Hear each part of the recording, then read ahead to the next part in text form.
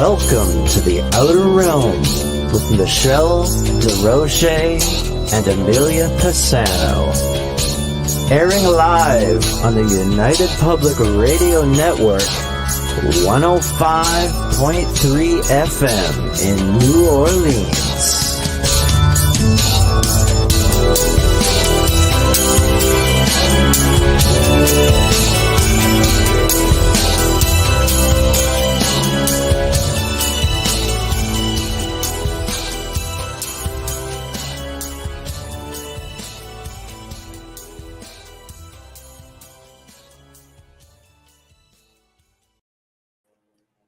Good evening, everyone. Welcome to the Thursday night segment of The Outer Realm. We are broadcasting live on the United Public Radio Network, UFO Paranormal Radio Network, 105.3, 107.7 FM from the beautiful city of New Orleans.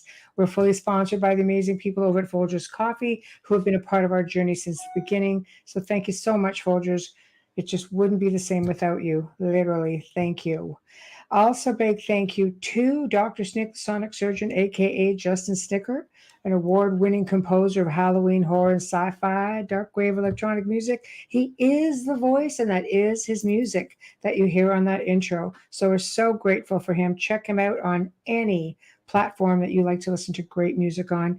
Also, big thank you to Steve McGinnis, the artist behind all of our banners and logos here at the Outer Realm. Check him out on Facebook and Instagram. He's got amazing pieces and does a lot of commission stuff. You're also looking at someone who does a lot of horror themed things.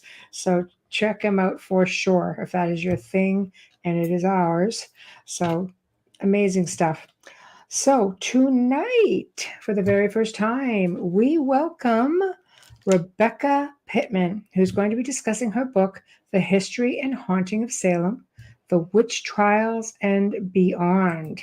So, yes. So this one I kept, in mind, back in my mind was for Amelia, who's been and who's checked it out and thinking, oh, yeah, we definitely have to do. I know. Hey, well, Massachusetts is my favorite state. I'm not going to lie. Even though I live in Canada, I could live in Boston very easily. Yeah.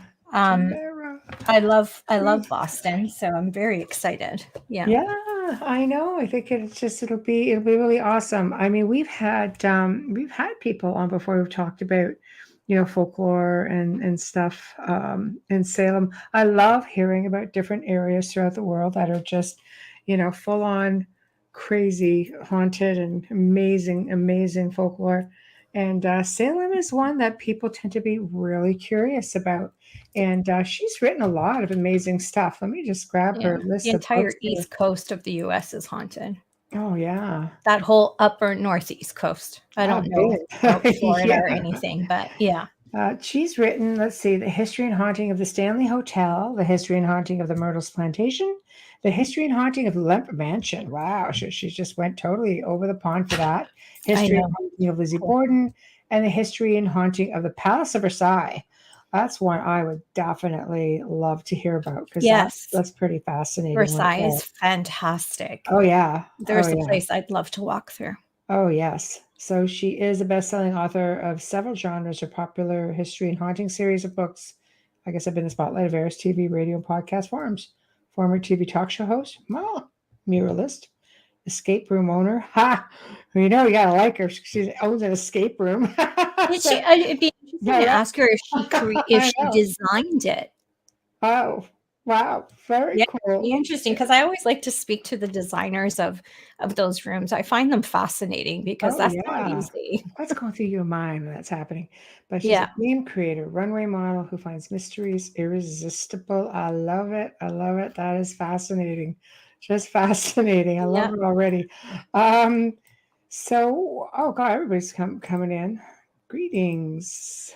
Hello, Ruth. Hello. Good evening. Hi, hey. Sarah and Michael. I feel like I'm in romper room. Romper room. Escape room, romper room. No, romper room. I see Michael and Tamara. Oh my God. I'm aging myself. Mind you, that show was on before I was born. Just saying. Yeah. The repeats. It was the repeats that I got to see. I wasn't born when that show came out, but I loved that. And I was born a year after Sesame Street came on. Yeah, we're gonna go down that road. I don't want to talk about it. Sesame Street, I think it's No. phenomenal that they have adjusted and are still out there. Right. Why don't they I do a know. paranormal show for Halloween? It's pretty wild when you think about it. If I try not to think about it. Big Bird the Ghoul. I know.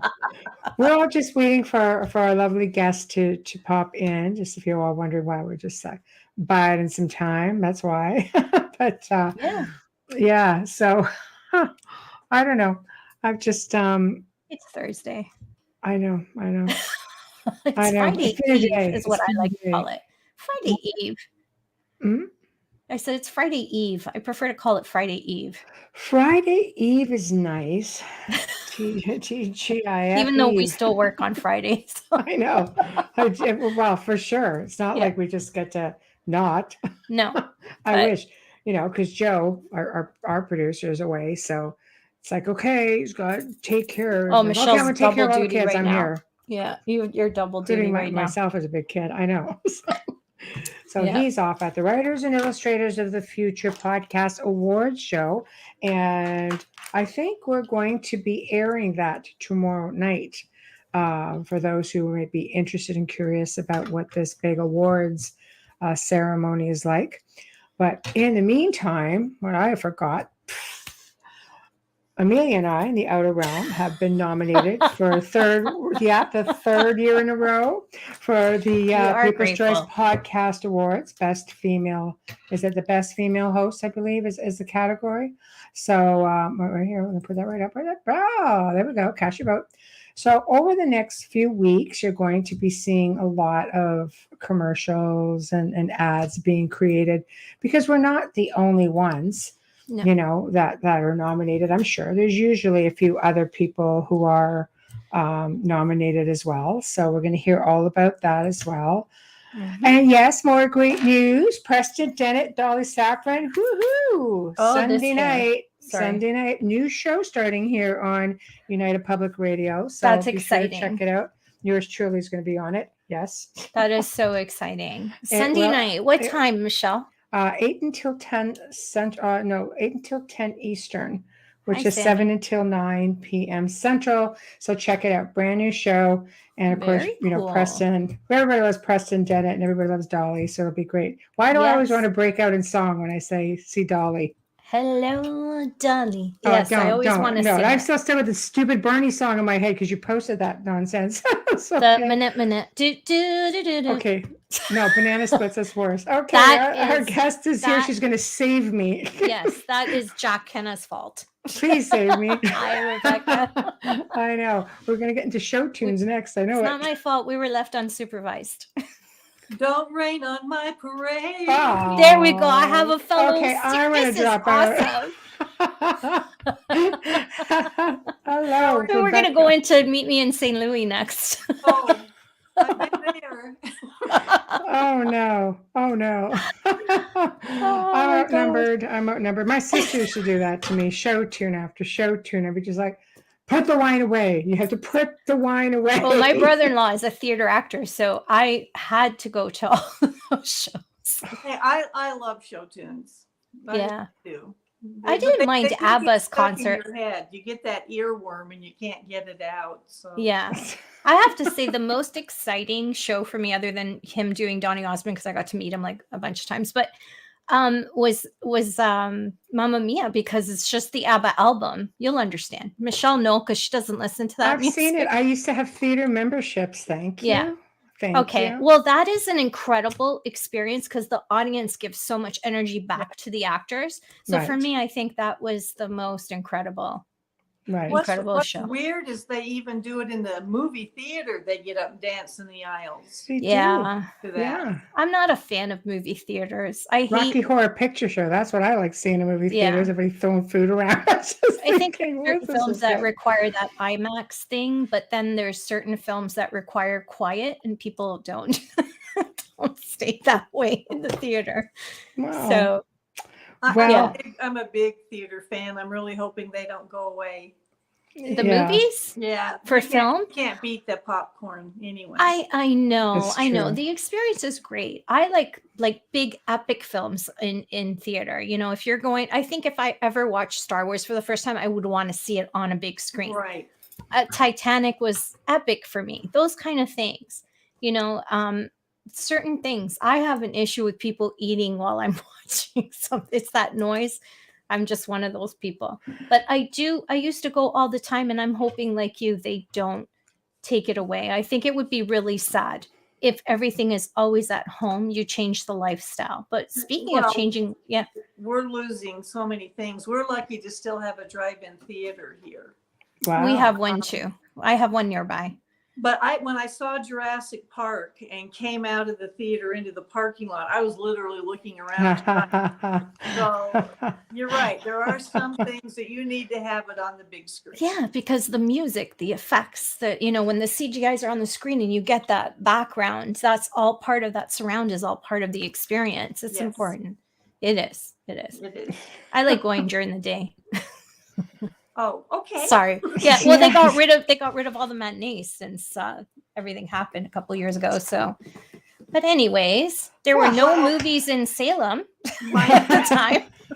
My son just drugged me to see Renfield. Oh, how was that? I tell you what, that is the bloodiest movie I have ever seen. I don't The even know what body it is. count rivaled Hannibal Lecter. It Really? was arms ripped off, entrails, blood, and I'm looking over at my son like, seriously? He went, sorry, Mom. Wow. I never would have thought that it would be something like that. I thought it would have just I've never been seen much anything that better bloody. done. What Just film was that. that? Wow. Renfield. That. What's Renfield? Renfield, you know, Renfield is Dracula's like assistant. Which Oh, is kind of, you know, Yeah, crazy it's Renfield. Nicolas It's like Cage's I didn't new know. movie. crazy Yeah. Renfield. Yeah. Yeah, really. That Anyway. is a shame. Thank you for that, because I will not. I don't need to see that. I was It's hoping they would have more been like much for a creative teen with it. slasher movie. I think a younger crowd would have gone, "Oh, cool," but Oh, like a my Friday the 13th gosh. kind of.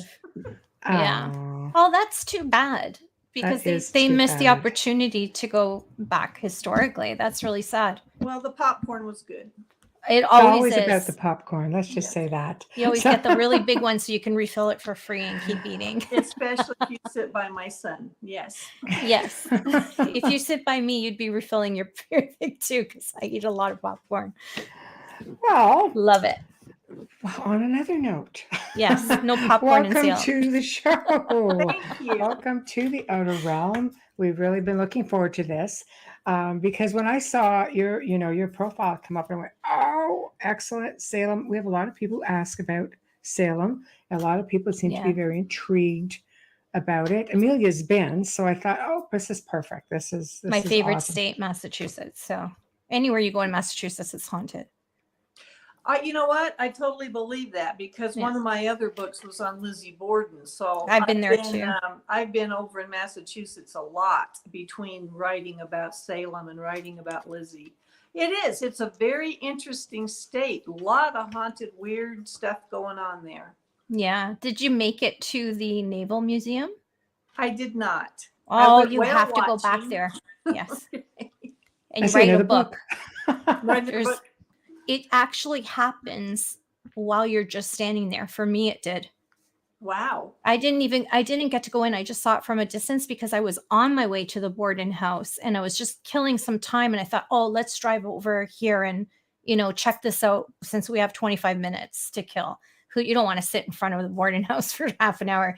So we went there and from the shore, I caught EVPs. I was shocked. Wow. That's Yeah. on the Taunton River right before you get to Lizzie's house. Yes, I meant to go there and I didn't. you So I have to will go next back. I trip. will meet you there. Okay. You have to get Dunkin' Donuts though if you're in Massachusetts. They're Not on the coffee. corner.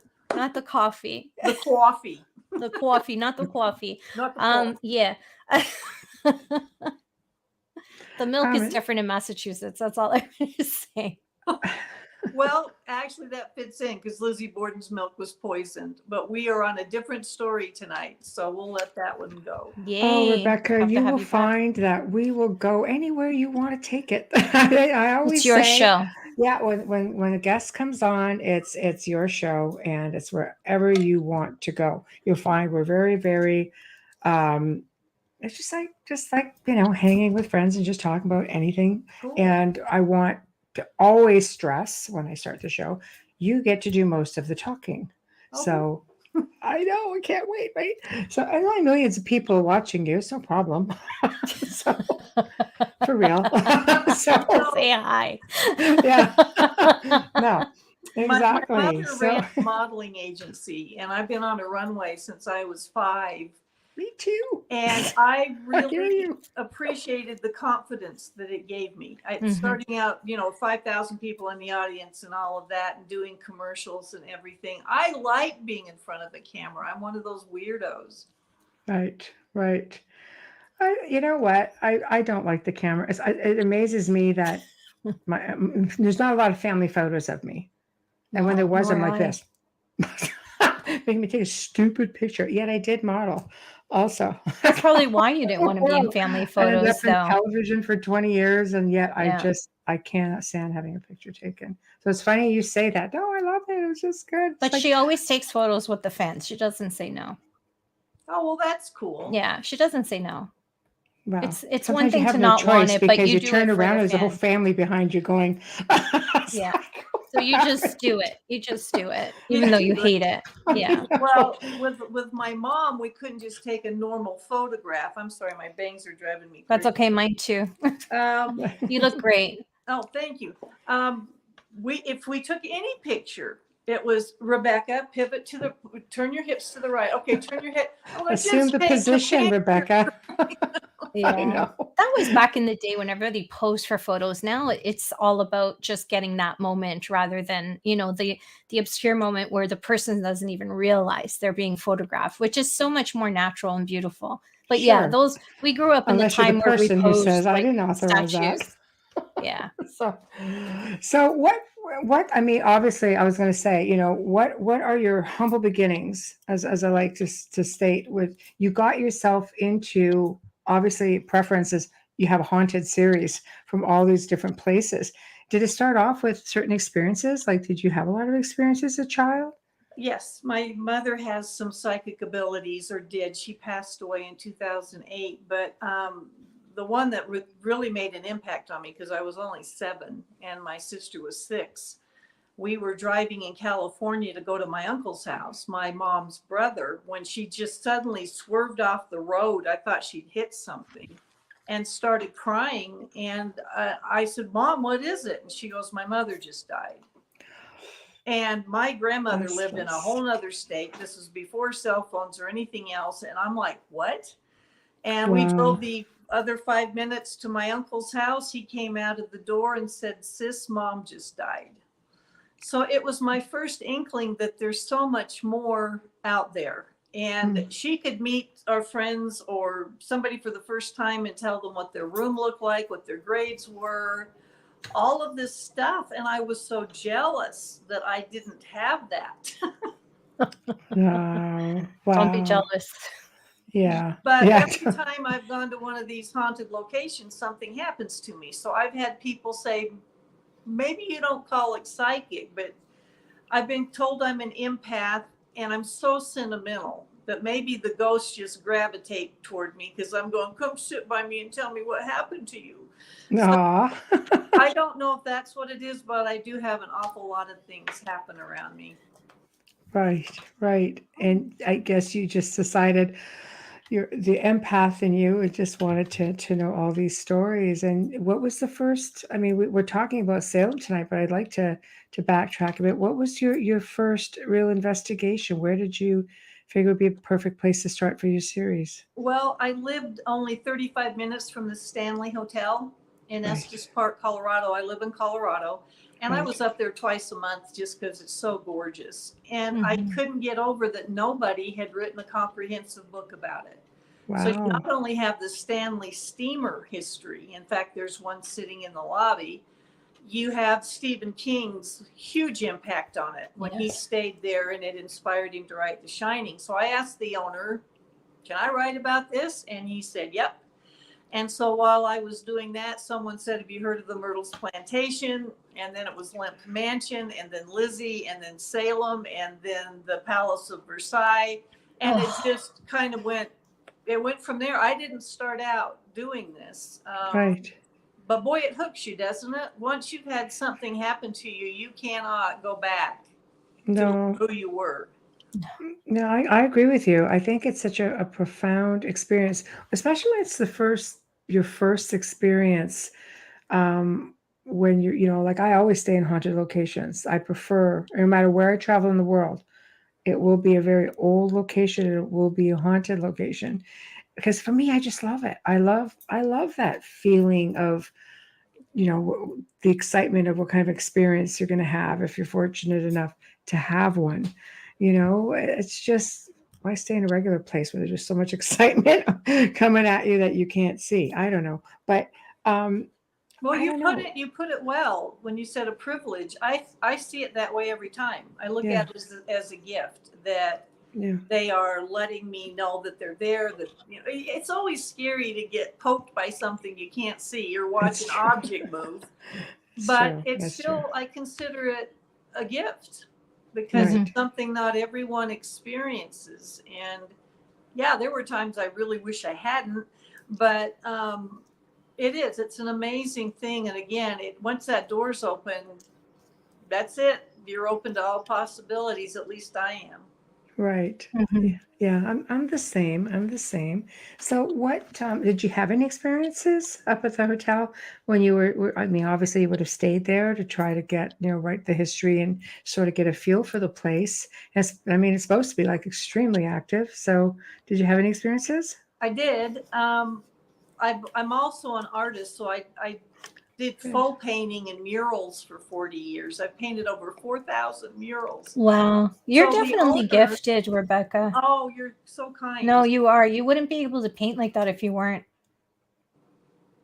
You're Well, channeling.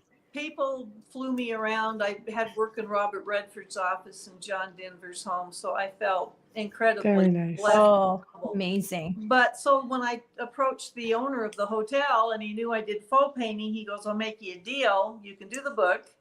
You can stay there, room and board, all taken care of. If you'll touch up the lobby where when Stephen King filmed his miniseries, the TV show. Now, the movie Stanley Kubrick's was not shot at the hotel. It was shot in Oregon.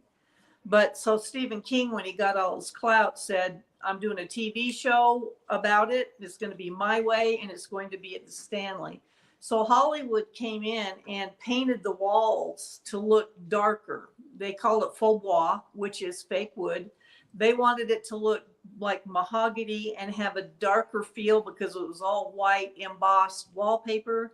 And they said, here's the deal to the owner. If you'll let us do that, we'll put it back to normal when the movie, you know, popularity dies down. Right. Still hasn't. So Wow. I had to faux paint the entire lobby where luggage carts had dinged it because wherever they hit that painted wood, you could see white plaster. Yeah. So I was there a week and stayed in the Manor House, which is the building right next door. Come to find out, I was the only person in the Manor House.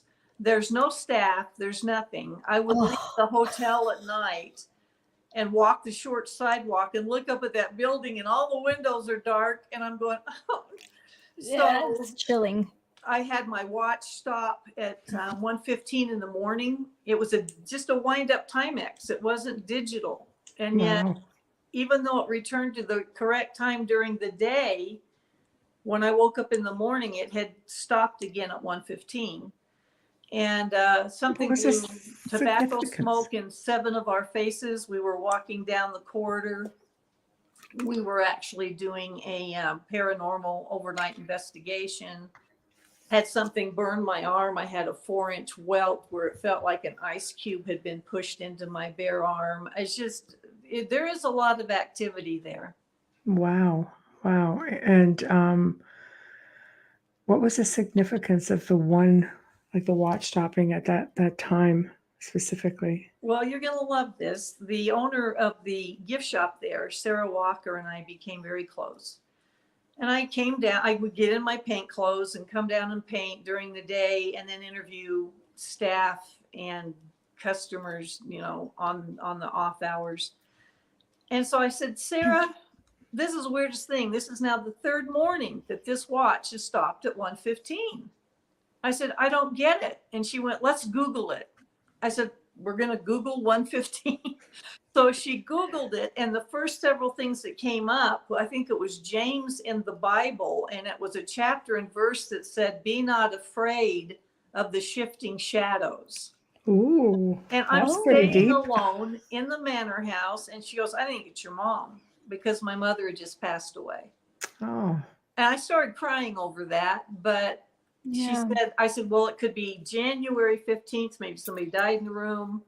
You know, it could be, but I got to admit that Bible verse was pretty right on. It was very nervous to sleep in that whole building by myself every night. oh my gosh, absolutely. You Yeah, know, I'd be petrified. Well, they Yeah. put me in room 1301, which is right next door to the most haunted room in the manor house, which is because they don't 1302. get through walls, That right? didn't help me. You could have been in any room in that manner. You would have thought you would Yeah. have had experiences. And it started snowing. And so I'm thinking, okay, this is getting too Stephen King here. I was And gonna say. the elves are bugling outside, and yet idiot me, I went to bed watching Ghost Lab. Oh, So where's Johnny? here's Johnny. Yeah, that would have been a little bit much. So basically you decided you were going to tackle Massachusetts, Salem. So where do you want to start with that? There's so much history. Did you go with the intention of saying, I'm going to write about the witch trials, or did you just start off with just, you know, the generic popular hauntings? Did you find a few hauntings of your own? Well, actually, my books are 3/4 history about the place or the event or the person. And then the last quarter of it is paranormal activity that goes Right. on there today. Right. So the witch trials fascinate everybody. And I spent a long time researching those. I read all the original trial transcripts. I want the books to come to life for people. Right. And then by the time you get to the haunted portion, you're familiar with the people that are haunting it. Right. If you didn't have the history beforehand, it doesn't do you a lot of good. So I went there to research it. I did stay in the John Proctor house. John Proctor and Elizabeth Proctor were arrested for witchcraft. John was hung. He's the one that the Crucible is about. He's the main character that Arthur Miller wrote. So he's probably the most famous of those that were hung.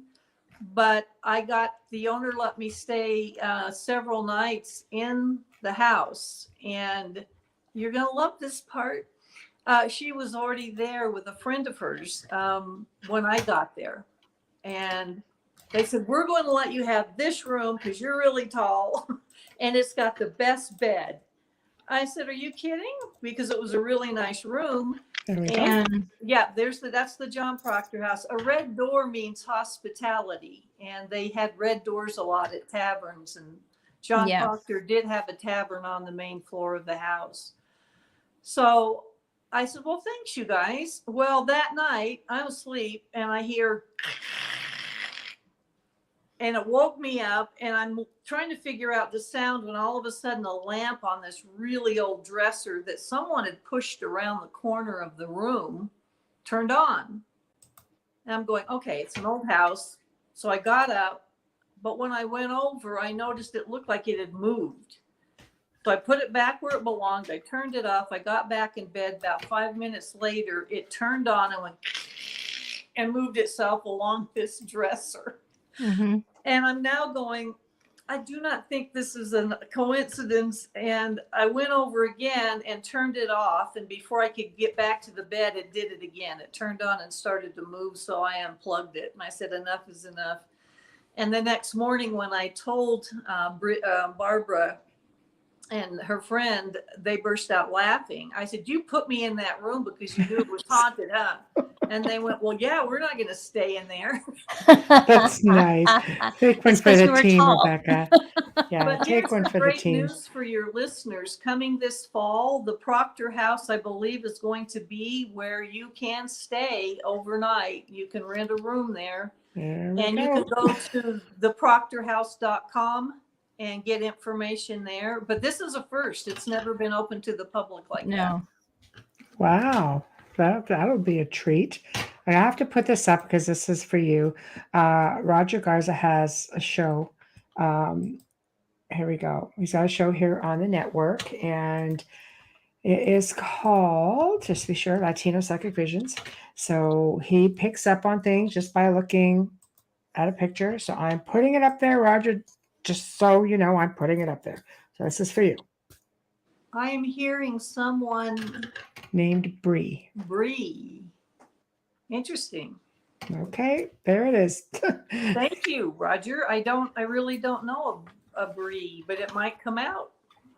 There we go. He'll keep going if he's still tapped in. So so the Proctor House is going to be open. That's I mean, I'd love to do that. I'd love to stay there. Bubbles, we're staying at the Proctor House. But then again, What? Bubbles likes the 5-star No. hotels. So I like to stay at 5-star hotels. I like to Yes. visit the other places, but I like to be I a love the old princess when I'm places. away. Yeah, I'll meet you there. Tell them to put a mint on the pillow for you. Yeah, they put several chocolates when you stay at the Kimpton. Yeah. Anyways. Right. Oh gosh. Saying Brianna? Is that what he's saying? Yeah. I don't know a Brianna. Sorry, Roger. Keep going. I'm past childbearing years, so I won't be naming any kid that. But I just, Sorry. I'm not making fun of you, Roger.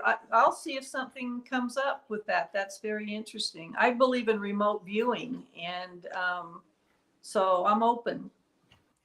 Oh, you never know. It could be a past life thing too. I've had past life people come through readings for me, and I always feel terrible because I don't know. I don't know who they are.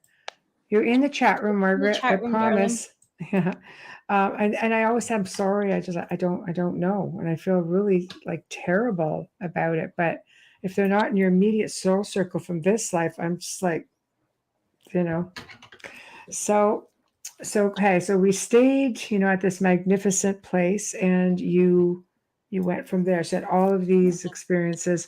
So we'll continue on from there. Well, I had basically already finished the book, but I was back out there to do book signings and some things like that. So the thing that fascinates me about Salem, and I think most people, is just the audacity of it, if you want to call it that. Mm-hmm. In that era, in 1692, when it broke out, the young children were literally considered below the servants sometimes, or just above the servants sometimes. Wow. They were to be, seen and not heard. All day long, it was nothing but chores and drudgery, because back then you had to make everything. I mean, all the meals, the fireplaces are huge. The one in the John Proctor house, there's several, and they're gigantic. But so it was a life of drudgery. And with the Puritan religion, they had a lot of, I don't want to call it archaic, but I don't know what else to call it. For instance, if you did something wrong, they'd put you in the stockades out in the middle of town where everybody could see you. That's where you had your head and arms through the holes. Right. Adulterers were branded and sometimes paraded through the streets naked. So for a civilization that was supposed to be, they left England because they did not agree with the church anymore. They wanted something a little more pure, something of their own. And yet dancing and singing was frowned upon normally. And the girls, all of them that were involved, were between the ages of 9. I think the oldest girl was 25. So this is a time when your hormones are raging and you're, wanting to push away from authority, but they couldn't. And it was very contained. So when the witch trials broke out, it was in winter. It was in January, which is even worse. There's that cabin fever. You can't even get out and do anything. It's just all chores. If you talked back, you were called a child of Satan. Reverend Paris, where the witch trials broke out, was actually the reverend for the church in the town. You went to church on Sunday 3 hours in the morning, got lunch, and came back for another 3 to 4 hours. And most of it was hell and damnation preached from the pulpit. They absolutely believed the devil was real. And they had just come from England, where they'd witnessed hundreds of witches being burned. So witches to them were very, very real, as was the devil. Now you throw in the fact that there are Indian raids still going on. And many of these girls who became, witnesses, they would call it crying out against somebody if they thought they were a witch. They had witnessed their families butchered. One saw her little brother cut to pieces, and they were left orphaned, some of them. And so all they could do was come to Salem Village and clean someone else's house to have a roof over their head. So they felt like a servant. They were And horrific. a lot of them were dealing with hysteria just over everything they'd seen.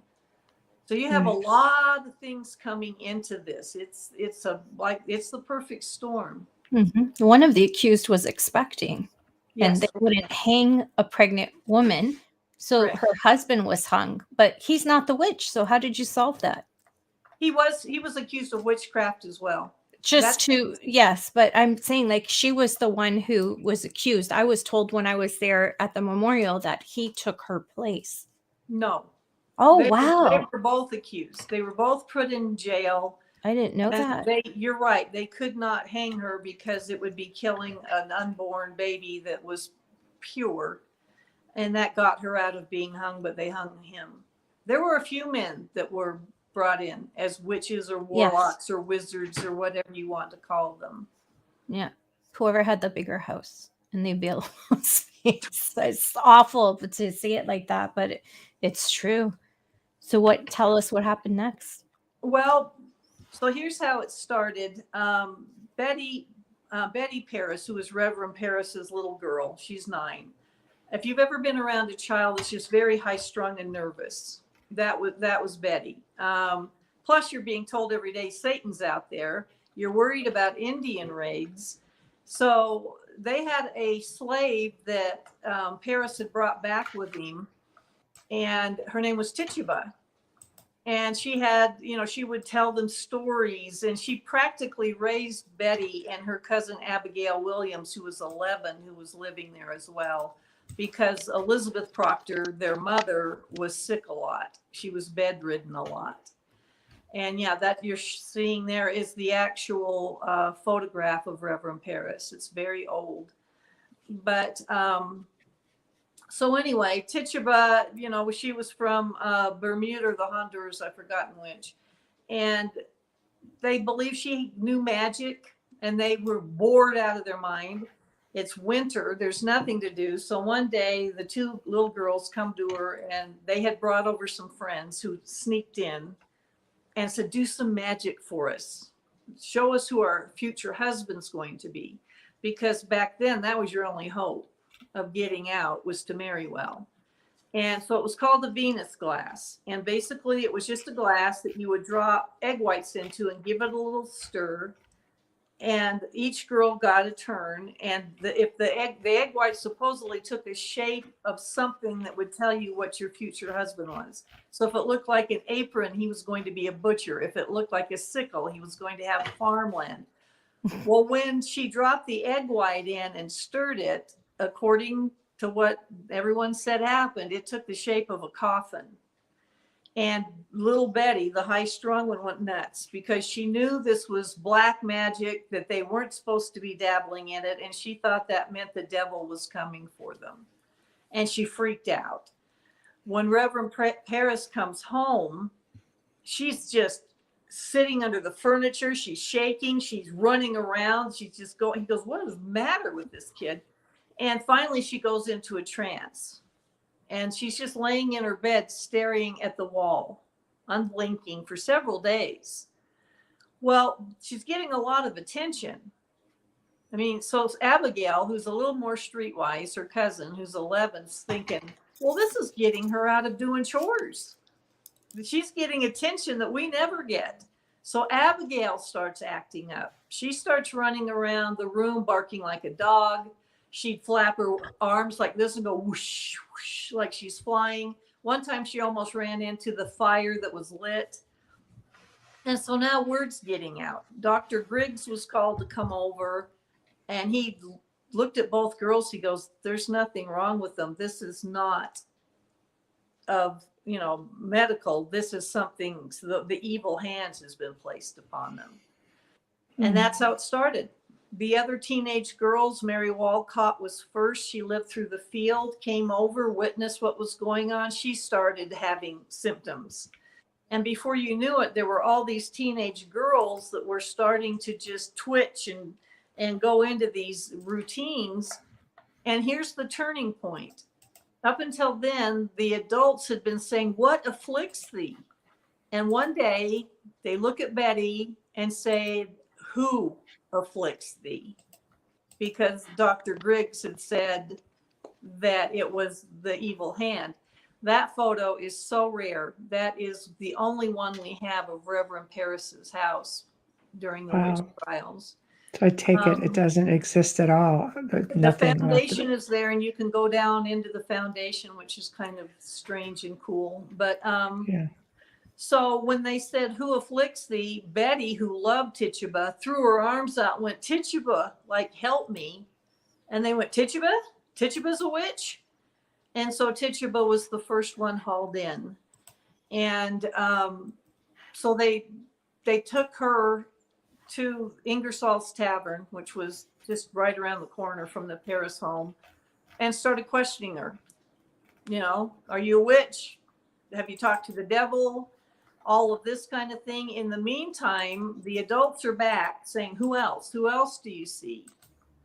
And this is the insidious part. These adults are whispering names into that's Ingersoll's Tavern. It's still standing today, which is pretty cool. The adults are whispering names of people they want to get rid of. And it can be for many reasons, but the next person that they cried out against was Sarah Good, who was like the bane of the village's existence. She was a beggar. She would show up all the time begging for food. She was filthy dirty. She drug along her little daughter, Dorcas. And people were just really tired of her. So they yelled out against Sarah Good. And then the third one was Sarah Osborne.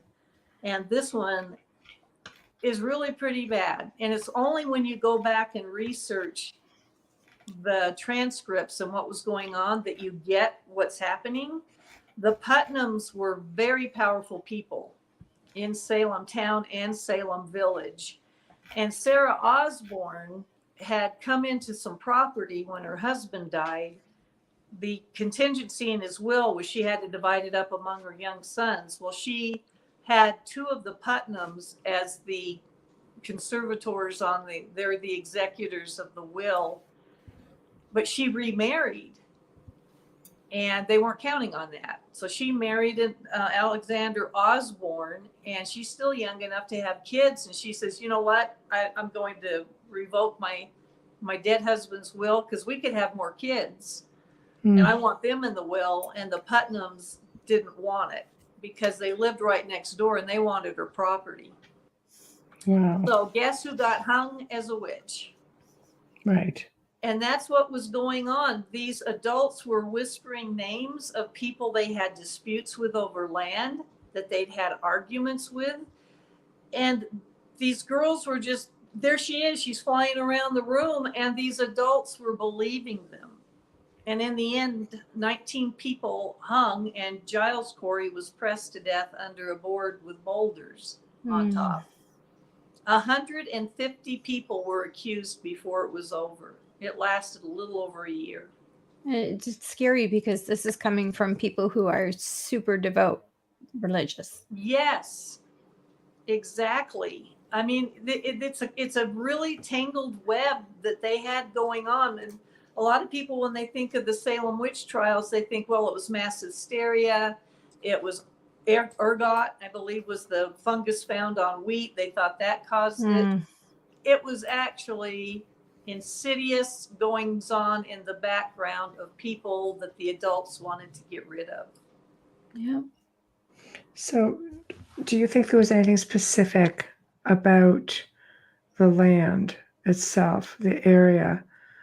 Because I know you made mention of ley lines, and I mean, those are power spots. They're nicknamed, Highway of the Dead. There's a belief that even extraterrestrials will use them, to travel, and so they're powerful. So, do you feel that some went under the main village? Do you think that could have contributed to that energy? What I do know is they are in Salem town. Right. There were two different places. Salem Village was Peabody and Danvers mainly. It was farmland. These people were farmers. Right. Hours right away, which today is only 10 minutes by car, was Salem town with the harbor with all the rich people. They were importing and exporting, and a lot of them were doing very, very well. Yeah. And there was a feud going on between Salem town and Salem Village. Salem town was taxing these farmers for roads that they didn't even use. The roads were over in Salem town, and they were tired of having to pay for things that had nothing to do with them. So there was this inner feud going on. Well, anyway, in Salem town, which is what we all think of today, down the Essex Street runs through the middle of town. That is a ley line through there, and all of the judges' houses were built on that, which I found interesting. But I did not find any evidence of them actually in Salem Village. Doesn't mean it wasn't going on. I believe it was just the suppression of those people. Everything was dark and dismal, and Satan's coming for you. And these are young girls, and we remember that age. You get to a certain age and the hormones are going and all of this stuff is happening. They had no outlet for it. And Right. suddenly they're being called superstars. They even put them in a cart and took them into neighboring towns and said, "Do you see any more witches?" And they're pointing at people. Oh, she's one. Yeah. It was horrific. Topsfield, I think, had the most named. They, for the first time in their life, they were being noticed and literally worshiped. People wanted to touch them and thank them because they were ridding the village of witches. It was a very heady thing. And once the trial started, the girls were front row and center, and they would go into these theatrics.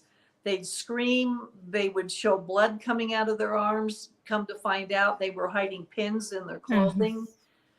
They point to the rafters and go, "There she is. She's on the rafter." Or, "There's a yellow bird," and a yellow bird was supposed to be a witch's familiar.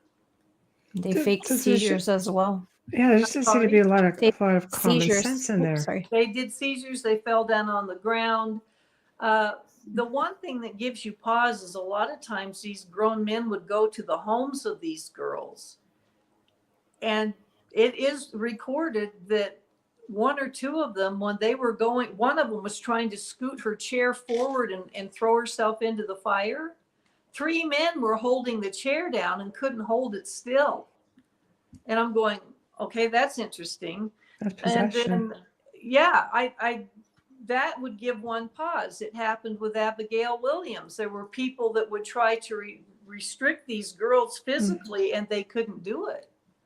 Right. Yeah. I mean, I think you factor in all of the frenzy that all of this created.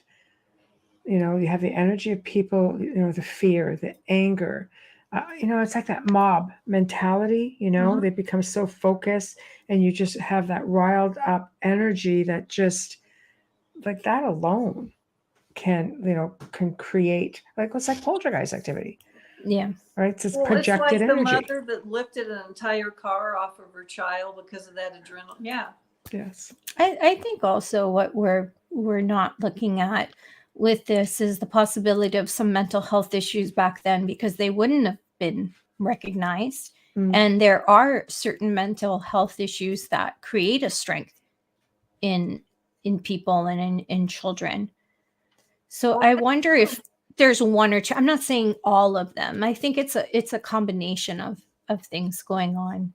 But mostly the evil was in the people that were pointing them out, not the people themselves, which is so let's face it, heartbreaking.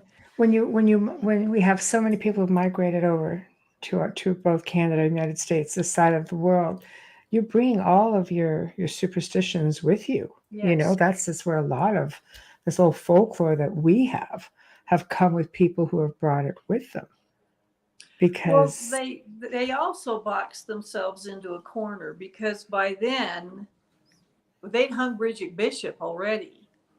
And I thought she was the first one to hang. People weren't fond of her either because she ran a tavern in Salem town, and that was thought to be pretty promiscuous for a woman. it would A lot be, of people especially didn't for like to a her. Puritan. Yes. And she was feisty. Used language that a lot of them didn't. I think she Yeah. so she was the first to hang. And that, when I was writing the book, was the thing that really stuck out to me. I thought, these girls just witnessed them hang this woman and they're not going to stop now. This has gotten serious. And it didn't. It escalated. And to me, that was shocking. But then they have entrapped themselves at this point. They can't admit they're faking this now. People are dying. Plus, it could look like they were witches. Yeah, it becomes murder at this point. Yeah. Yes. And how is it you can see spirits flying around? And, you know, they could have turned on them very quickly.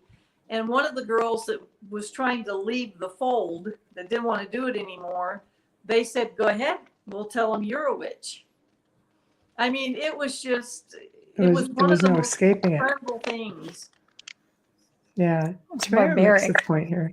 Did you get this one, Amelia? Yes, Tamara. Hi, Tamara says, I thought the mold was in the wheat, which was in the bread they were eating. That's the ergo, I think if I'm saying ERGOT. That has been postulated as something that could have been. Wheat, if it was left too long, would grow a mold. They said it could cause hallucinations. I'm not saying that it didn't. Yeah. But I'm saying when you look at what actually happened, they had adults telling them who to call out against. Right. That ergo would have affected all of them. Exactly. It wouldn't have been just a small group. That was my reasoning for not believing the wheat mold theory. You know, I understand that it's something they have to bring forward. Sorry, Pardon? Amelia, you're cutting out. You got this like underwater bubbly thing going on. Okay. Kind of Can like you with hear your me? nickname. It's just like, yeah, Bubbles has got something going on. Yeah. Yeah. Can you hear me now? I could hear you, but it was like a crackling. I was going on. too close to the mic. Oh, okay. These stupid earbuds. Okay. But I had to throw that theory out as well because I couldn't understand how it wouldn't have affected the entire town. Mm. Well, that's actually a very good point. There's some things that I find interesting during this period is, you know, we've always associated a broom with witches. Not once in the transcripts did they say a broom. They said the witch flew on a pole. Some of them said a witch picked them up and flew them around on a pole. So the broomstick thing did not come from the Salem witch trials. They never said broom once. That's interesting. I didn't know that. I wonder where they got the broomstick. Well, the witch thing started with women in New England that would run taverns, and to set themselves apart as somebody selling beer, they would wear a hat with a pointy black hat. So, and they would use that as an emblem on the sign, which meant there was ale and there was drink in there. It's just how it started out. And that, because it was a tavern and it was a woman, it became synonymous with evil, that these women were not your typical Puritans. And so that's where the witches' hat started. They did use a broom to sweep up. I don't know if that was when that came in, but none of it really had to do with the witch stuff that was going on in real life. It's funny because if you go to the Hawthorne house and you go into the schoolhouse where you're not supposed to take photos, but I did, there is a photograph. You tell me not to, I'm going to fight against it. There's a photograph that's hanging on the wall before you go into the schoolhouse. And it's the students are wearing the witches' hats and the teachers. That's interesting. Right when you go in the building in the back where the seamen, and they used to have a little classroom there, and you see the pictures. They're like, you can't photograph anything here. I'm like, yeah, I'm not photographing. But anyways, Pay no attention to that man behind the curtain. nope. Right. I just found that to be extremely fascinating that they were wearing witches' hats. I Yeah. found that to be a bit odd. Well, when I interviewed, do you need to get a couple of your viewers' questions? They're just comments. I just put them up as we go along. Okay. Let me know if you need me to pause. Yeah, well, this is an interesting one. I'm not sure if you've heard about this specific haunting or not. Amelia, can you get that? Yeah. Am I clear? Because I'm hearing myself. Yeah, here's all Okay. the bubbles. Yeah. Just Okay, how about put it that? across the room. You'd be all right. I hate this headset. Just- It does yeah. it. Okay. Okay. Let me move this. How am I went now? upstairs to the judge's house in a roofed-off room. It's very small type for me. Okay. The crackling stopped. It's still going. Yeah. So okay, for the audio listeners, when I went upstairs in the judge's house in a roped-off room, in the left corner stood a sad-looking young boy, about 7. He was dressed in wool knickers, a white shirt, wore a cap. I asked if one of the 2 girls examined there had a brother and was told yes. Wow, So, that's pretty amazing. yeah, so there we go. Cool. Yeah, just an extra story for you. Chris says, witches use brooms to sweep clockwise to create and counterclockwise to destroy, depending on the spell. Oh, So, I little should warn something. my husband next time I'm sleeping. You don't want to do it? Yeah, don't go there. The whole Salem witch trial breaks my heart. It shows the worst of humanity, and this was just the tail end of burning times. Yeah. And going back to the pole and the broom, Tamara says, I think it contributes to the mental state of some people at the time and easier to make people believe and manipulate them. So, Absolutely. The manipulation was huge. But the thing is this Salem village was considered a town of hate. 2 reverends had tried and left. They said they had never seen so much bickering and so many hateful people. It's sad. It was already, it was like the powder keg just needing the spark, and the spark happened to be those 2 little girls crying out. right. It is up under the impression that the pointed hats symbolize higher wisdom. Brooms are used to sweep out negative energy as well. Yeah. So, yeah, right over there, Amelia. Actually, I'm hearing crackling from both of you. Yeah, Really? it's not me because I changed my headset. I put on mute. It was still going. Uh-oh, we have a gremlin or we have poltergeist. Yeah, that's It's totally something different. else. It's not from here. Okay, take the broom and go counterclockwise. Really? I'm fast. actually. I produced 2 shows today, and I know I wasn't having an issue. So, I put it on mute. It's not doing it, but I'm going to leave the studio and come back and see if that works. I'll be right back. Okay. Do you want me to continue on? yes, please. I say Well- let's do it. So there's one more piece to this puzzle. So you've got Indian raids. You've got the hell and damnation from the pulpit at all times. You have got inbred bickering in the town, boundary disputes, you name it. And then not only that, they had no law. When they came over and broke with England, they had no charter. They had nothing to govern them by. And you've got this mass hysteria going on and all of these people being accused. Mhm. And so the 2 judges that sat over those trials were not lawyers. Back then, Harvard, which was right there in Boston, only turned out medical and clergy. They didn't have a law school yet. So these guys knew nothing about law. They were basically using the Bible to determine what to do with this. And the Bible said, thou shalt not suffer a witch. So you've got that. They were just floating around, almost abandoned. They didn't have the legal protection and things they had in England because they walked away from it. Right. Right.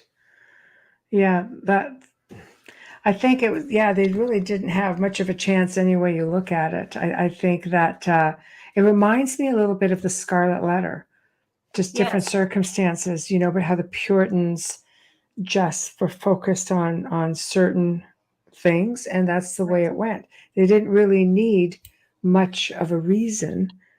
I mean, the only thing that's different in that is you're dealing with infidelity as opposed to, witchcraft. Right. Hawthorne wrote Scarlet Letter, and he lived there. The house is still standing. Exactly. One of the judges was related to him, Wow. John Hawthorne, and then Jonathan Corwin was the other judge, and his cousin is George Corwin, who was the sheriff.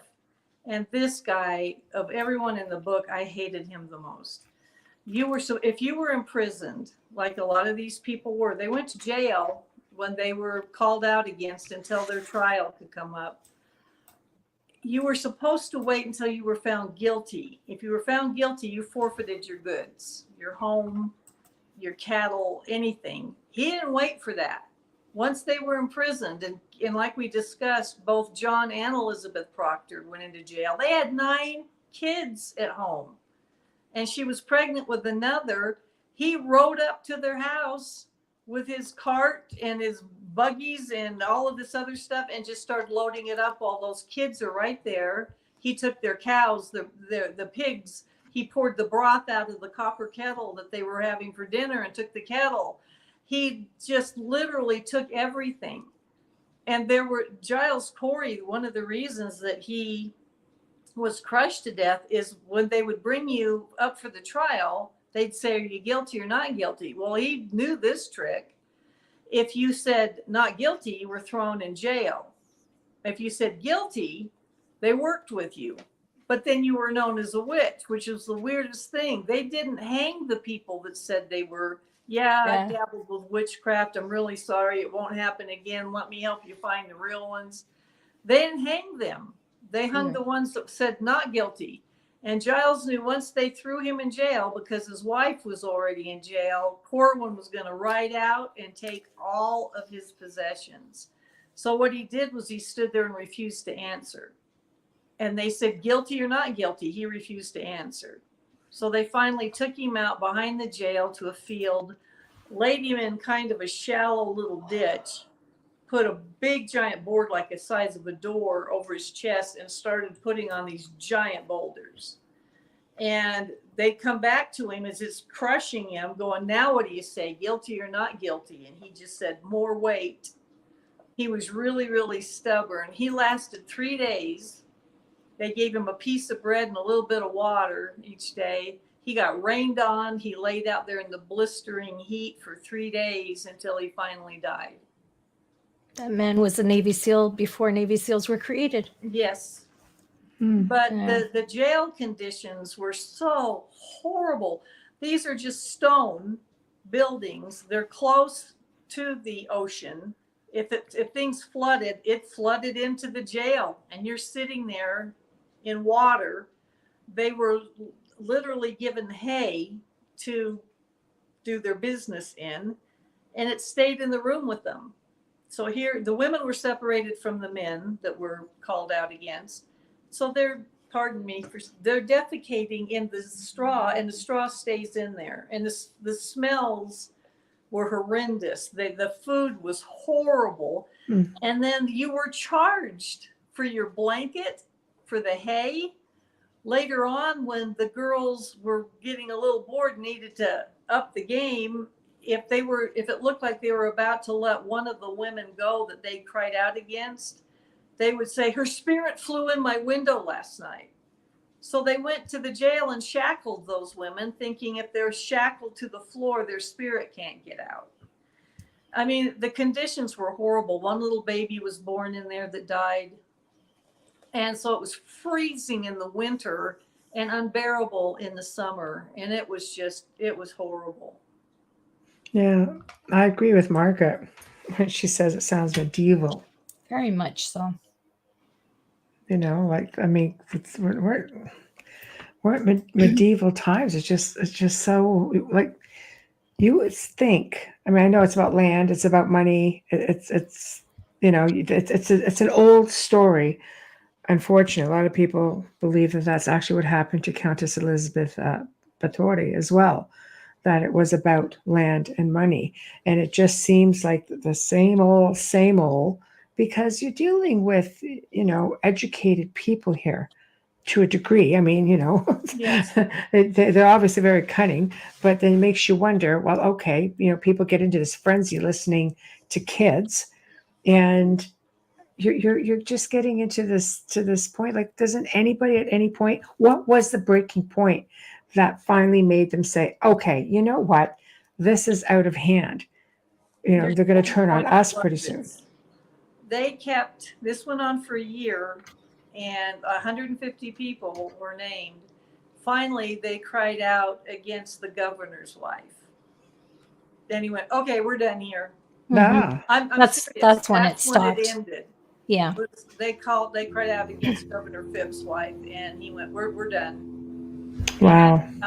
Tituba was the first to go into jail and the last to leave, because no one would pay her fines that she had for being in jail for a year. Some guy finally came along and paid him off and took her as his servant. So she was the first in and the first out. They finally, the last ones were released in, I believe, February of the next year, 1990. It was a 1993. long haul and so sad. You had the judges and the people were law, they were government, they were persecutors, they were everything, jailers, they were everything, and all the decisions weighed upon this small tiny group, which was so unfair. Well, absolutely. And, you know, there were the haves and the have-nots, and they, you know, that was another form of contention, that they cried out against several very wealthy people. And, but mainly it was just, a lot of it was land disputes, some relatives, it was relatives against relatives, which was really sad. So yeah, it was such a black period for us. And yet a lot of people have asked me, do you think it could happen again today? And I think under the right circumstances, it could, sadly. History has a way of repeating itself. Yeah. It's just a vicious cycle. I think, you know, if you think long and hard about how easy it is to create division, I think we've seen that over the last 3 years in a different form. Division has been created, and, you know, a lot of frenzy was created, and a lot of this is what it is. This is what it is, and people, you know, can't prove it, but this is what it is. We're just gonna, you know, follow certain criteria, and, you know, without just putting out, I feel like flagging us on YouTube, but, you know, I think it can happen very easily. I think the theory on that would be correct. It's been happening for thousands of years. Why would it just stop? Because we're wiser, and we have technology, and we're supposed to be smarter. We've seen it happen so many times.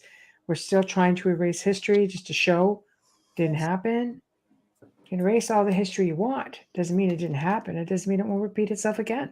Absolutely. And if you erase it, how are you going to learn from it? How do you remember? I agree with you, Rebecca. How do you remember the pain?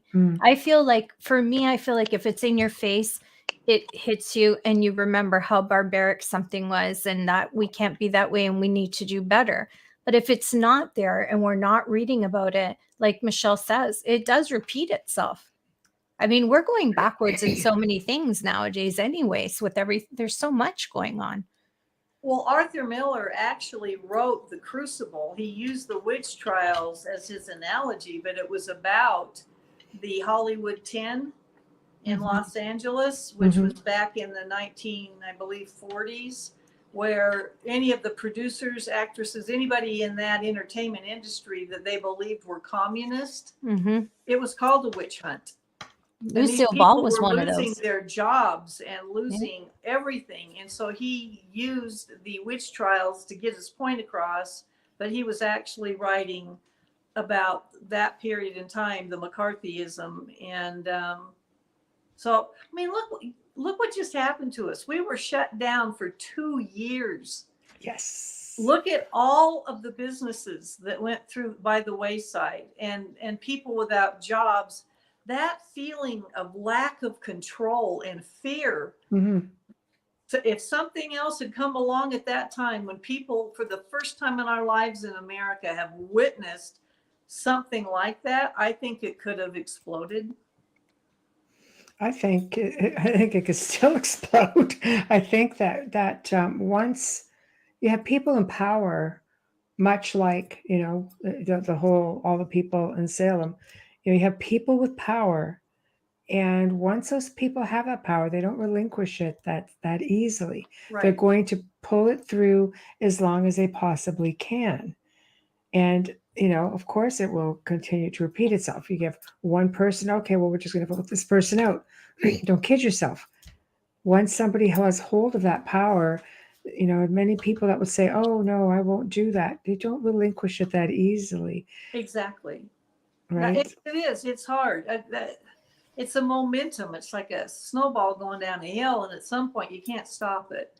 And I think that's what happened with the Salem witch trials. It got completely out of hand, and those girls didn't know how to stop it. And so finally, at the end, Ann Putnam Jr., who was one of the most prolific crier-outers, she, I think, accused 12 people that, I don't know if all 12 were hung, but she was having a good time with it. She finally admitted, we were bored and we did it out of sport. And now these people are all dead. And she apologized.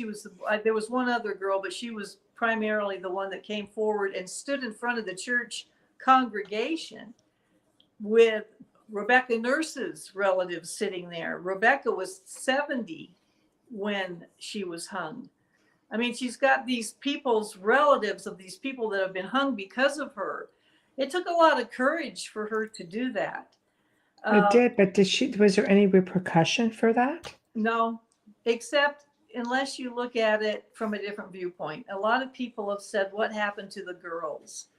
Most of them went on to have very tragic lives. Only one or two married happily. A couple of them went into prostitution, I understand. Some died young. They did not do well. Yeah, can't say I'm sorry. It falls under karma. It wasn't just, at the trials that they would do these things. Ingersoll's Tavern that you put up that's where everybody would go between breaks for the witch trials. They would go during lunchtime, on the Sabbath, when you finally got a break and could get out of the pew for a minute.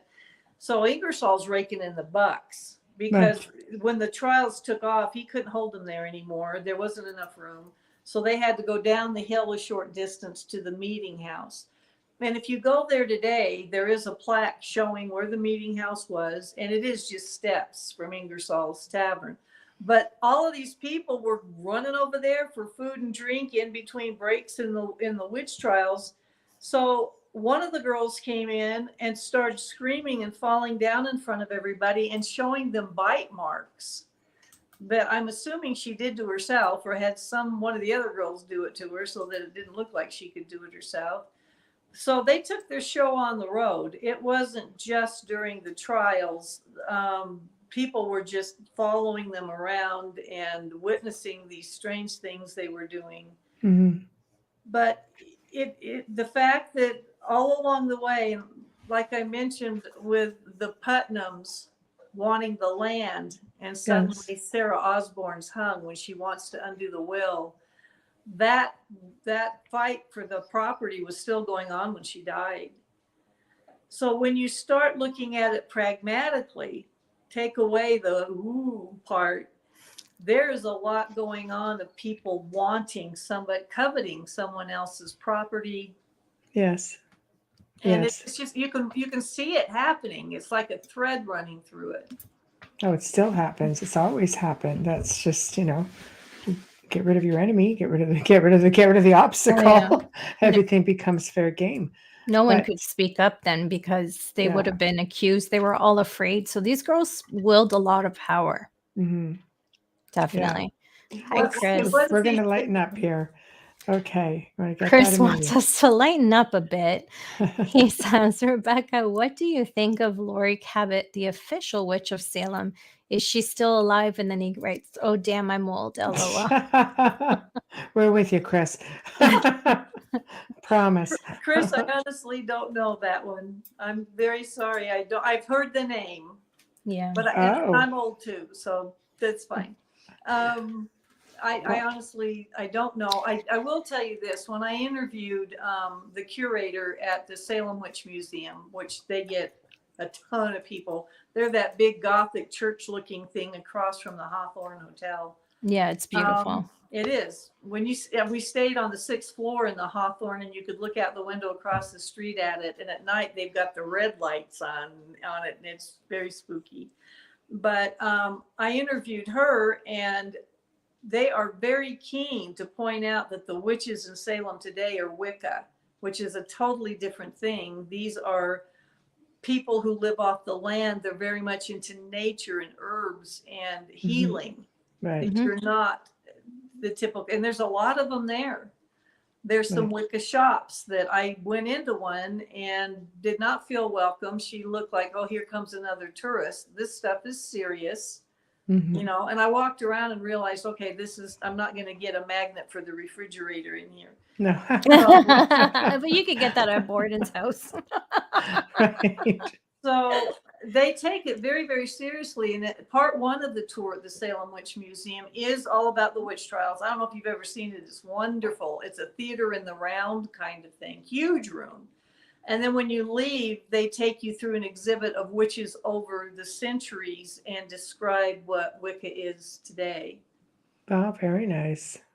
Yeah, very nice. I think for a lot of children, our first thought of a witch was from the Wizard of Oz, and we assumed they had green faces and pointy hats and Yeah, ghoul-like. Right. We just have to do a quick station and sponsor ID, please. Yes, definitely. We'll catch Chris's comment right after this. You are listening to The Outer Realm with Michelle Desrochers and Amelia Pisano, coming to you live from the beautiful city of New Orleans on 105.3 and 107.7 FM. We are on Roku right now and archived. So we'll say hello, Roku. Welcome, everybody from Roku. Please share us with your friends and family. Our special guest tonight is Rebecca Pittman, and we're discussing the Salem witch trials. If you are just tuning in, no worries, because you can stream our archives on any platforms that you normally use. Don't forget to share us with your friends and family again. Huge thank you to the amazing people at Folgers Coffee for sponsoring our show. And also another shout out and thank you for our incredible intro and outro to Dr. Snick, the sonic surgeon. Justin Snicker, award-winning composer and musician. He's also the voice of our intro and outro. You can find his music on Amazon and Bandcamp, and check him out on Facebook and Instagram. Now, if you're listening to us on Facebook or YouTube, make sure to give us a like, subscribe, and share. Thank you. Nice cover. We are back. Yeah, nice. Yes, we cover. are back. I just zeroed right in like a little squirrel. Yes. Oh, I love book covers. Yeah. I get teased. I create all my own covers, and I create them just using PowerPoint. Yeah, I've done a couple. That is beautiful. Thank you. I think my Versailles cover is my favorite, but I don't know how to use Photoshop, and I'm pretty happy just using PowerPoint. So yeah, beautiful. Versailles is spectacular, isn't it? Oh. So this is the book, people. Go out and find it, and it can be found on Amazon. Beautiful. Or do they get it at your website? Thank you, guys. I actually got the Salem backdrop just for your show tonight behind me. Oh, very nice. I love it. We're honored.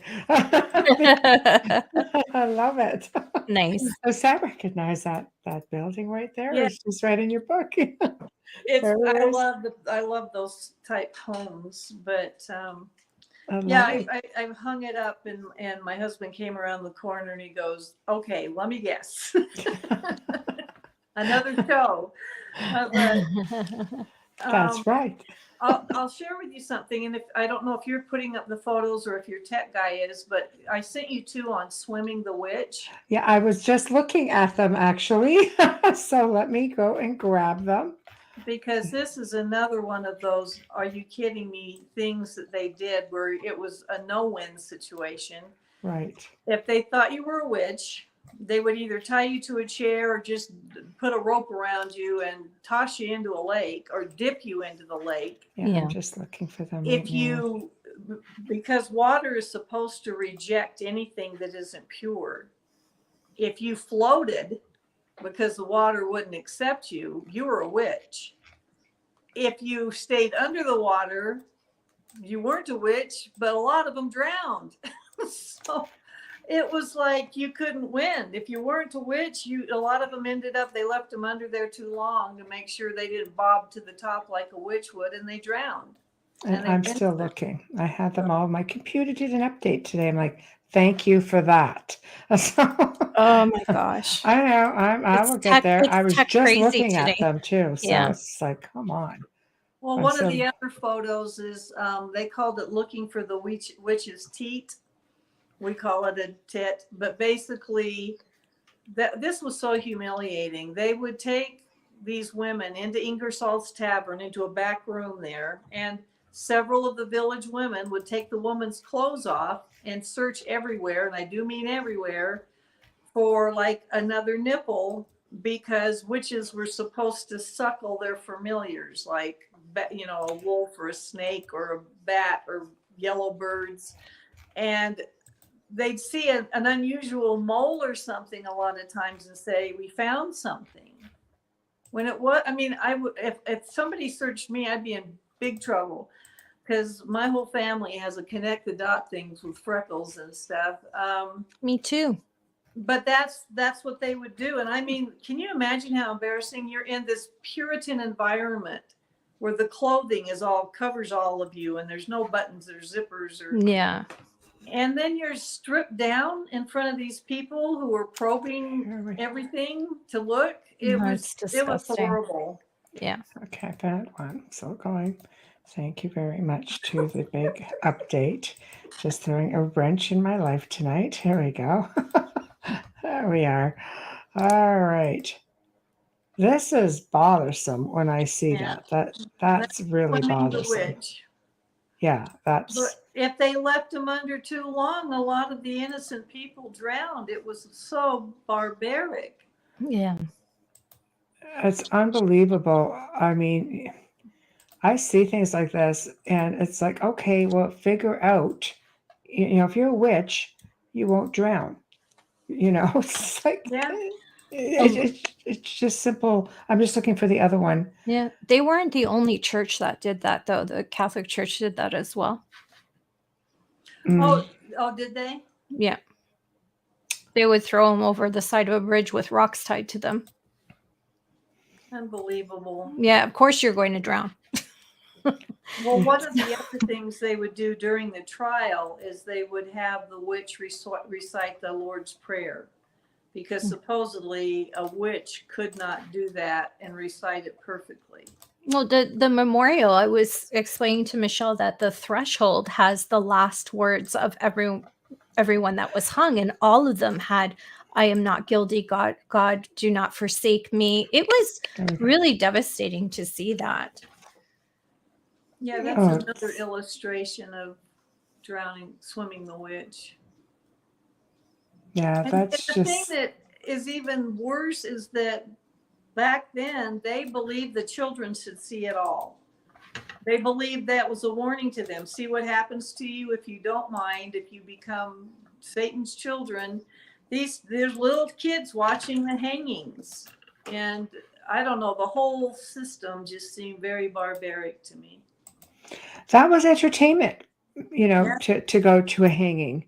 And it's so not what people would think. And this is something that's really sad when you think about it, because a hanging, you just assume like, there was actually a science behind it. You just didn't hang somebody and then it just worked. They would weigh you, because if the rope was too long or it wasn't long enough, and you got hung, your whole head could separate from your body. And then it would just kind of go all over the place. Like, this is a fact. So they would have to, there was a science to it for the most part, just to make sure that that didn't happen. And sometimes if you didn't get it right, you would hang there and not die. Yeah. Even executioners had a certain Yeah, it skill. was like, They wanted to take that. If they were kind, they would take the head off in one swipe. So you Right. would have to be really skilled at what you did so that you weren't hurt. But if they wanted to be nasty, they could take a couple of them. oh, absolutely. Absolutely. Well, King Henry VIII's first wife, what was her name? Catherine? Mhm. She did not go on one swipe. Oh, that was Anne Boleyn. No, Anne Anne Boleyn Boleyn. He was- finally gave. He had a French swordsman come in to do it cleanly instead. Make of sure it was clean. But Yeah. but he executed another wife where it didn't go clean. Catherine have of to Aragon, look- I believe it I don't- was. I don't Catherine remember. Aragon was she died. That was the first wife. It was Catherine. But you're right. Isn't she the young one that ran screaming for her life? That it's now the haunted gallery at Hampton Court? That's Anne Boleyn. No, Actually, that's not. No. Anne Boleyn, I believe, is the one looking for her head. And they actually they had paranormal people come in to settle her down. There's so many reports of her with whole processions in the church that have been seen wow. by guards overnight, and they would look in and see like her and this entire procession of people, the whole place lit up. What kind of energy does something like that? Well, how come they don't mention her brother? I mean, he was executed as well. The father just walked away. Yeah, and the uncle. I mean, I'm going. Yeah. What is wrong with you people? Well, they're the ones that bargained her, used her as as currency to get into court. Yeah, and the money with positions were more important than her, which is, it's just, well, when I was writing about Versailles, Marie Antoinette has a very famous haunting there at the Petit Trianon, which was her private little chateau palace in the gardens of Versailles. With all her lovers. But, yeah, okay. So, anyway, in 1901, I believe it was 1909, somewhere in there, two academics from Oxford. They were actually the dean and the vice. The other one was about to become the dean. Were vacationing in Paris, and they wanted to see Marie Antoinette's Petit Trianon. So when you come out of the Palace of Versailles, you go across and into the gardens, and it's back in there a little ways. So they're walking, and all of a sudden they hear the pounding of feet coming. And when they turn around, there's nobody there. And when they look back, this guy's right in front of them that came out of nowhere. He's in the period clothing of the time of Marie Antoinette. And he's yelling at him in French. And he was saying, don't go that way. Don't go that way. Go back to the palace. And then he bows and takes off and he disappears, but they can still hear his running for a while. So they're trying to figure this out when all of a sudden they notice all this stuff. They said that the landscapes seemed to go flat, like stage props. Oh, The wow. trees were flat.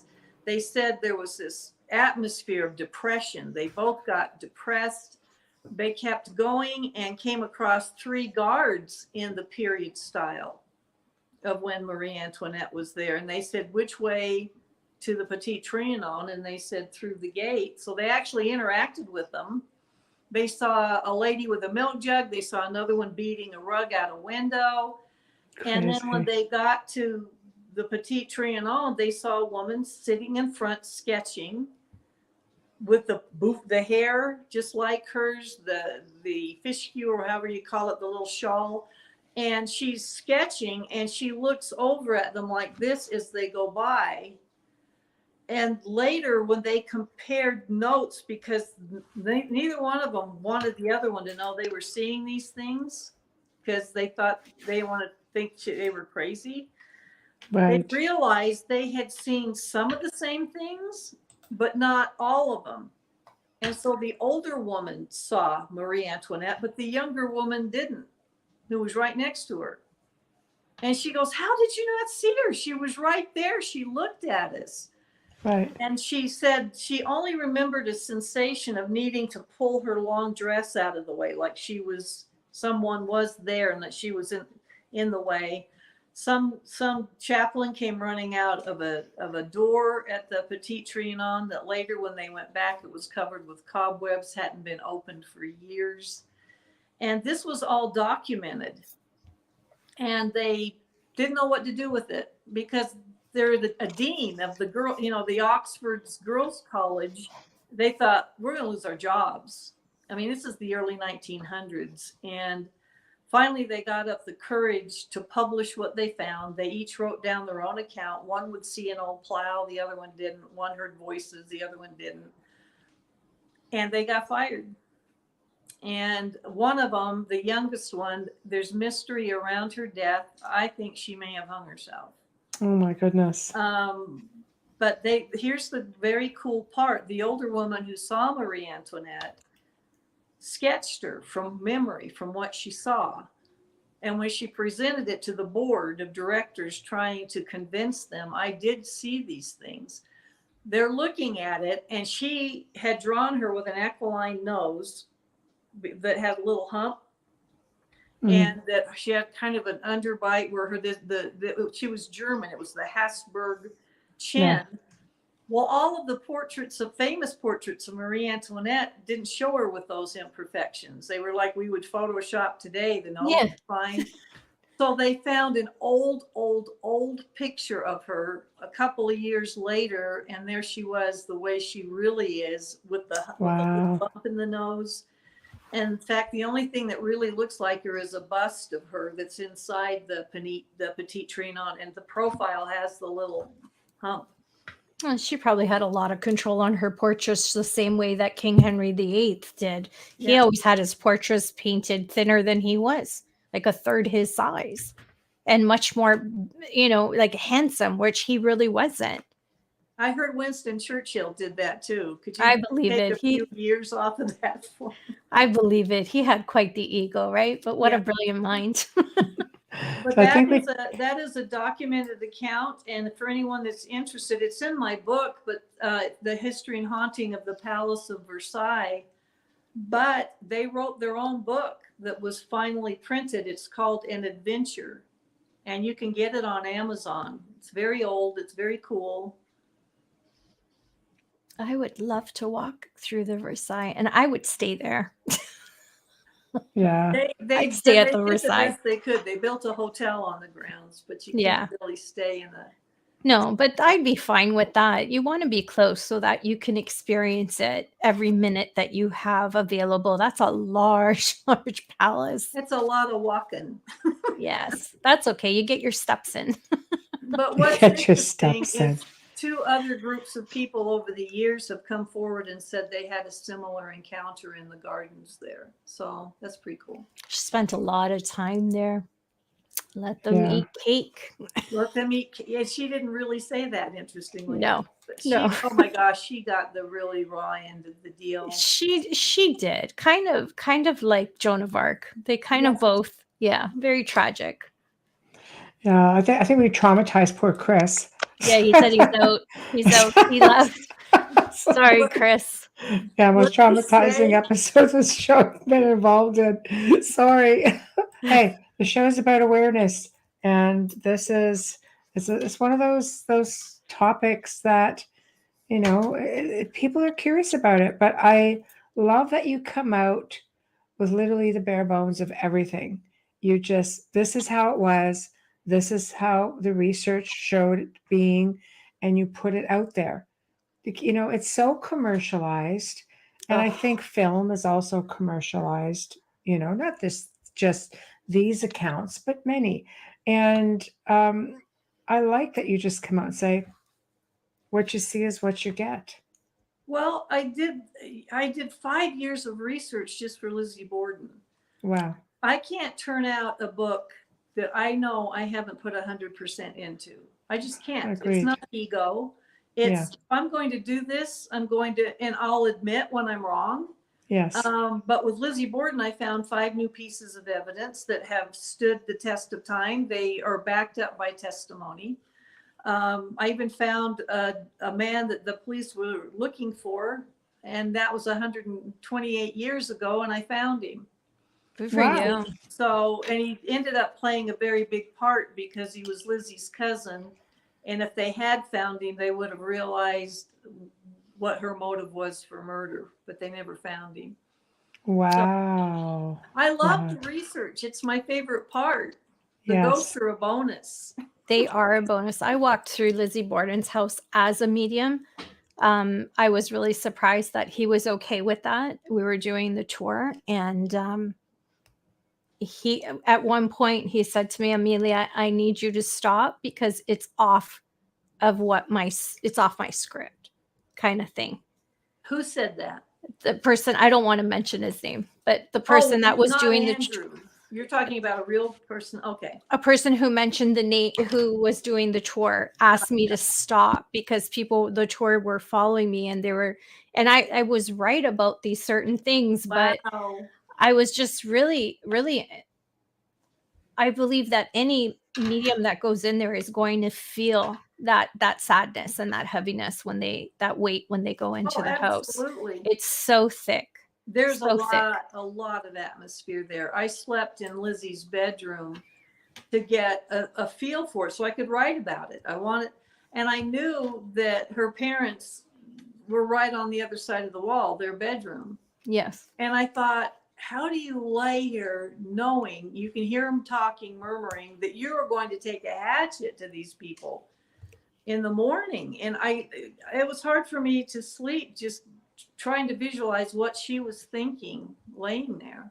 She's another one. Didn't she spend a year in prison? 10 months in jail. 10 months, yeah. Wow. Yeah. She But- spent that For time the- waiting trial. For Yeah. bludgeoning 2 people. Well, bludgeoning, it was at 18 blows with a hatchet to Abby and 11 to Andrew. But yeah, That's a mega bludgeon. we'll have to Well, do that one there's again. a lot that happened to her. Well, if you'll have me back sometime, we'll do Lizzie, because it is fascinating. And there were actually 3 murder plots, 3 hatchets, and 3 different dresses involved. I would love to do, a show on Lizzie Borden, and I would love to do one on the Limp Mansion, which is just so many. That's another real big one that people seem to be curious about. One of my favorites. Well, So- and the Myrtles Plantation is named the most haunted home in America. And I watched Yes. my earrings move down the mantle there, and something pulled my blanket off. And That one's high. Is that the one that has the scrying room? Is it Myrtles that has that room that looks like a closet? You go in there and it's a black mirror and it's for scrying? no. Maybe it's a different plantation. I have to look that one up. That one freaked me right out when I saw it on TV, but it was years ago and I have a terrible memory. They That's- literally had a I mean- closet you went into and the whole black mirror and everything, and you close the door with a Ooh. candle and you sit there and scry. I'm like, why? You could come and scry with my black mirror. I hate that black mirror. Is it up I know. already? Did you hang it yet? I didn't hang it yet. Okay, good. I just moved. I haven't had time I to hope unpack she yet. forgets. I hope she forgets until after I've been there. You guys Maybe are so not. much fun. Her mirror is scary. Her mirror's It's not. scary. It's beautiful. It's a beautiful It's mirror. beautiful. I never said it was ugly. Weighs a It's ton just so because it's old and it's a black mirror. They're hard to it's find. so scary. I don't scry on it for No, I God's know, sake, but so I it's just hang it. black mirrors freak You're the me out. only one And I this know one's gets wigged out by it. well, there's probably a reason for it. I just never stood in front of it long enough to know. That would freak me out a little bit. It's all enveloping for me. Black mirrors, like it just draws me in, and I don't like the feeling. So, yeah. Well, the Myrtles has a gigantic haunted mirror that they cannot get the handprints off of. I've heard They've about that. resilvered That's the it. story. They've done everything they know how, and the handprints come back up. Yeah. Right. See, that's That's a- interesting, especially if they come up from the other side. That's a sad historical Yeah. place. There's so much to talk about. We could just Yeah, a go and lot go, happened and we there. will. We will. I Yay. will email you after the show. We'll book you again. Well, And thank maybe you. again. And we'll just keep going through it. Like we book a We few months. definitely So have to have Rebecca in October, Michelle. yeah, we'll do Oh, we'll that we'll, would we'll, be we'll fun. keep the creepiest one for October. Well, I'll tell you something. Do I have a minute real quick? Yes, of course you do. Okay. So I got into true crime a couple of years ago because of the Pam Hupp story in St. Louis, that she, a serial killer. In fact, her death penalty trial is coming up next year. And I'll have to write a sequel. So I found that segueing into true crime wasn't that hard from paranormal. It's the same thing. It's the mystery. It's the clues. Yeah. So I'm right now finishing up Countdown to Murder, Alec Murdaugh, which is the big case going on in South Carolina. And he was just found guilty of killing his wife and son. So when people ask me, aren't you afraid of the ghosts? Well, after writing about Pam Hupp and Alec Murdaugh, I go, believe me, I'm more afraid of the living. Yes. See, we're kindred Yes. spirits, Rebecca Yes, and it's I. I true. went from crime to paranormal, and I said to Michelle, it's a lot easier in this realm than it is with the serial killers. realm When of you the see that living, kind absolutely. of stuff, yeah, the living scare me Absolutely. more than the dead. Yeah, they Yes. do. And I after writing about these two people, it's just, there's no soul. I don't know how else to put it. There is absolutely nothing in there. There's no consciousness of guilt consciousness. Well, There's just nothing. have you thought about this? Because Amelia and I have talked about this, and I've seen it. I've been in this field a long time. But people are born like that. Somewhere along the line, something happens to them. Do they have an attachment? That something will level attached to them? Because, if you're paranormally speaking about another, maybe like a malevolent spirit, a malevolent entity, interdimensional entity, anything can attach to us. We're pretty fragile as human beings. As strong as we can be with our essence, we're still pretty fragile in a way. So does something come in? Like it's like the egg and the chicken. Which comes first? Do you commit a deed and then something attaches, or does something attach and drive you to this point in your life where you do these atrocious things? Because we've seen spirits that have had attachments, serial killers. A lot of it, I think, is an aberration. Whether it's the wiring in the brain or something, they're missing. Yeah. Usually it's the frontal lobe. It's usually the frontal lobe that's affected. It's not, it hasn't been formed by the time they're 21.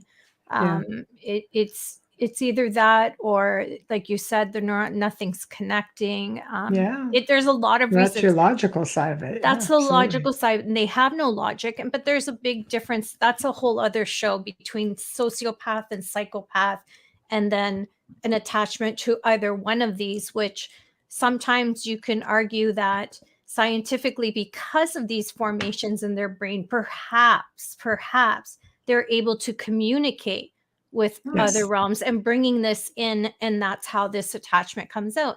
It's a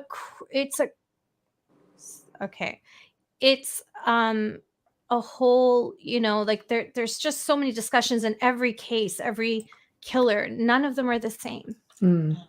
Well, that's true. And in the book on Alec Murdaugh, this is really cool, real quick. I've never used remote viewing.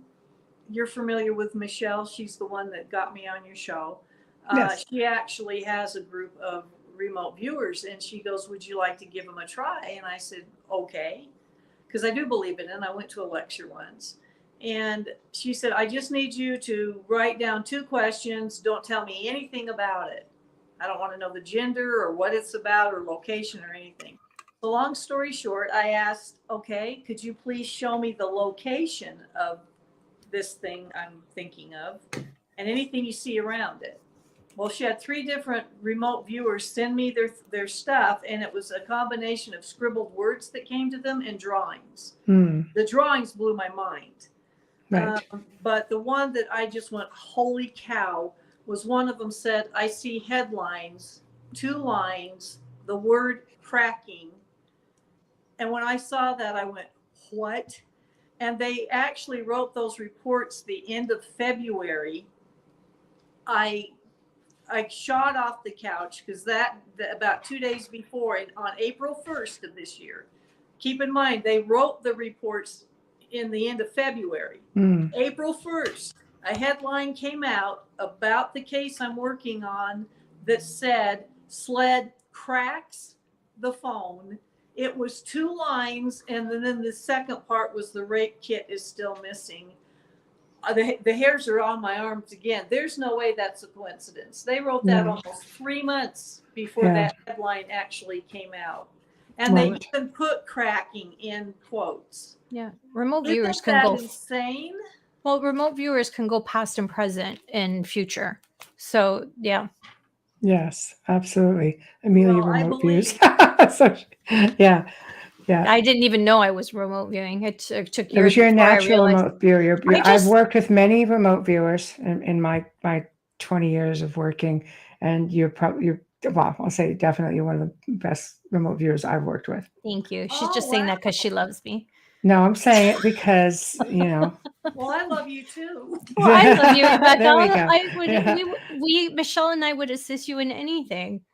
Thank Yeah. you, because this has still got a couple of unsolved murders associated with it. And I also haven't looked some at of the- Murdoch yet. I've worked a lot of high profile murder cases, but I've always remained anonymous. But I haven't looked at the Murdoch case yet because I've had a lot going on in my family. My daughter just had a kidney transplant in January, and my husband, her dad gave her the kidney. So it's been crazy here. Wow. So I haven't had a chance to look at it, but I can tell you just the first time I saw his face, I was like, this guy better pay.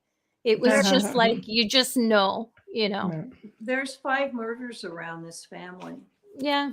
And 2 of them are unsolved. In fact, they just exhumed one young man, and they're going into it trying to find out what happened. I mean, I can I'm tell you, trying to write a book, and every day it's breaking news, and I'm going, no.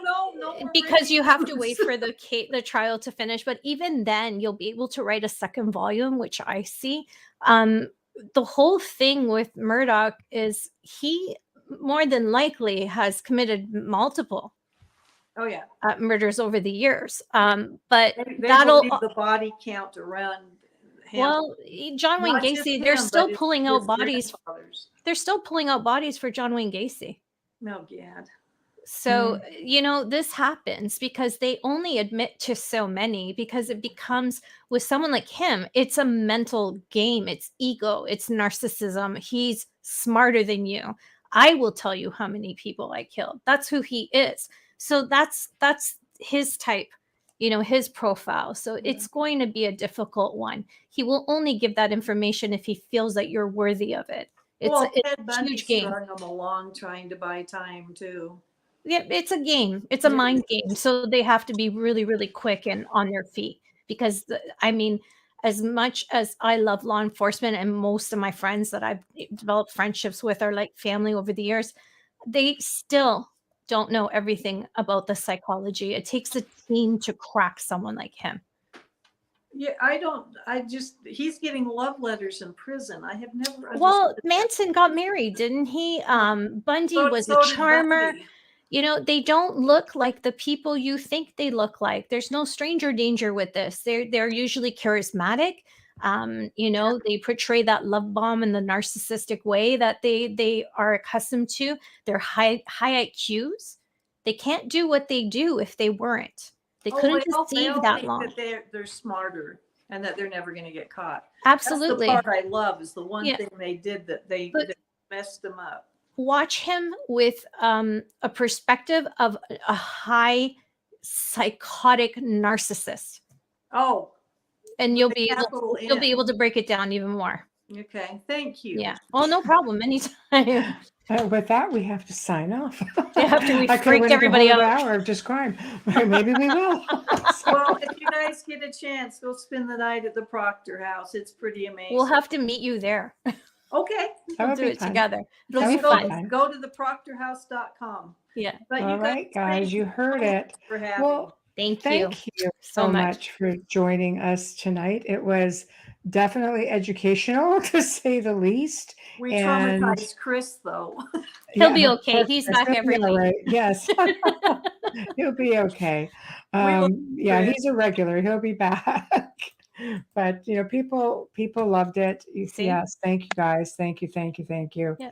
Thank you, Thank thank you. So We have a great we audience. do. We're very fortunate. We're very fortunate. Well, you put on a great show. You guys have great chemistry Thank together. you. Thank you. Well, you know what? You guys make it that much more special. The chat room, everybody's very encouraging. So, we're very fortunate and we have a great listenership.